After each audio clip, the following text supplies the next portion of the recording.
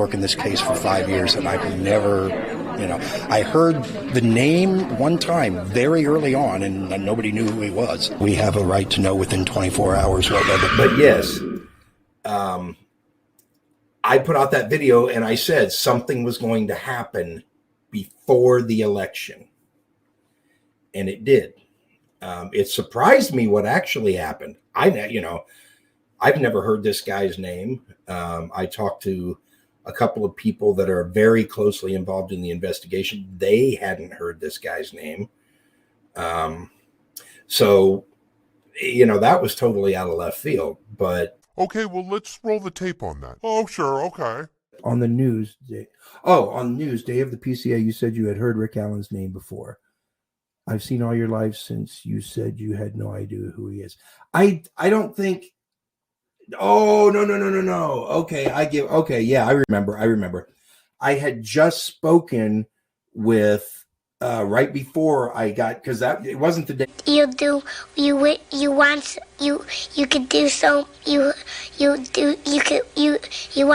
want. But what happened was I had just spoken with Russ McQuaid from Fox 59. We talked for a little bit, and he said that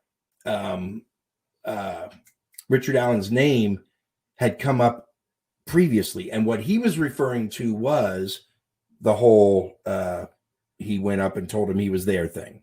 Okay, that's what Russ was referring to.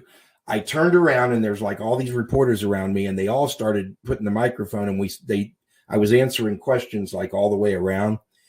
And somebody said something about, have you ever heard Richard Allen's name? And I said, no, I had never heard. I guess somebody said that, he was brought up earlier in the investigation, I'm working this case for 5 years, and I've never, I heard the name one time very early on, and nobody knew who he was.